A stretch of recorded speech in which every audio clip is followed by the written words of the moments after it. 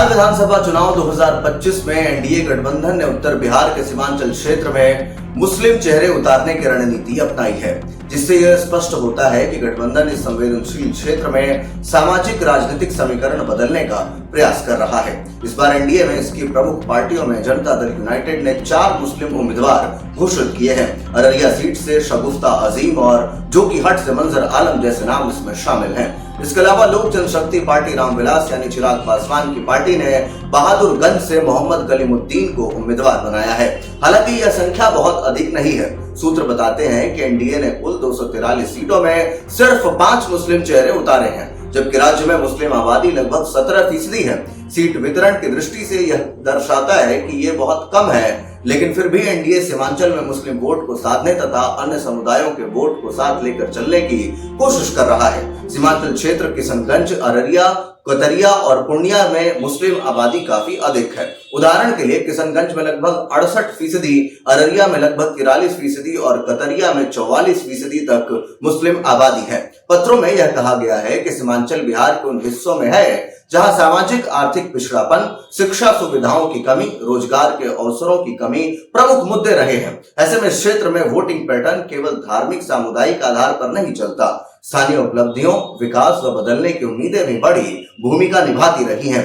NDA के इस कदम में समावेशी राजनीति का संदेश है। मुस्लिम उम्मीदवारों को मैदान में उतारकर यह संकेत देना कि गठबंधन एक सामुदायिक नहीं बल्कि समग्र सामाजिक आधार पर स्वागत योग्य है। लेकिन विश्लेषकों का कहना है कि यह कदम सिर्फ प्रतीकात्मक हो सकता है क्योंकि संख्या कम है, यानी मुस्लिम उम्मीदवार सिर्फ 5 ही जगहों पर उतारे गए हैं और साथ ही साथ मुस्लिम समुदाय के ऊपर भरोसा जटिल हो गया है। वही कहा यह भी जा रहा है कि सीमांचल में मुस्लिम वोट ब्लॉक के भीतर सब एक समान नहीं है। समुदायों में भाषा, क्षेत्रीय पहचान, उपजाति जैसे विभेद मौजूद हैं। सबसे बड़ी चुनौती यह है कि मुस्लिम उम्मीदवारों का संख्या बहुत कम है और यह दर्शाता है कि रणनीति बिखरी हुई हो सकती है।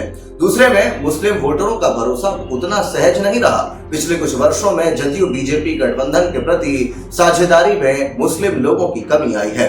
तीसरी बात अगर करें तो सीमांचल में मतदान के समय स्थानीय मुद्दे जैसे बेरोजगारी, शिक्षा, विकास मुस्लिम भावनाओं से कहीं अधिक असर रखते हैं। इसके अतिरिक्त ऑल इंडिया मजलिसे इत्तेहादुल मुस्लिमीन यानी AIMIM जैसी पार्टियों की सक्रियता और मत विभाजन का खतरा भी अलायंस के लिए बढ़ा है। यदि मुस्लिम उम्मीदवार क्षेत्र में मजबूत व्यक्तिगत आधार रखते हैं तथा विकास के मुद्दों को उठाया जाए तो यह एनडीए को मुस्लिम वोट के कुछ हिस्से खींचने में मदद कर सकता है। इसके साथ ही अन्य समुदाय जैसे यादव, EBC, OBC में संदेश जाएगा कि गठबंधन सिर्फ हिंदू धार्मिक नहीं बल्कि बहुआयामी है, जिससे सामाजिक आधार मजबूत हो सकता है। लेकिन यह भी स्पष्ट है कि सिर्फ चेहरे बदलने से समीकरण नहीं बदलता। वास्तविक जमीन पर जात, सामुदायिक संतुलन, स्थानीय काम और लोगों की उम्मीदों को पूरा करना जरूरी है।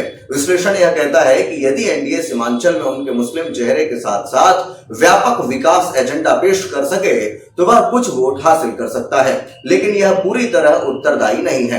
अगर विपक्ष प्रभावी मंचन करे तो समीकरण उलट भी हो सकता है। इस प्रकार एनडीए द्वारा सीमांचल में मुस्लिम उम्मीदवार उतारने का कदम रणनीतिक दृष्टि से समझा जा सकता है।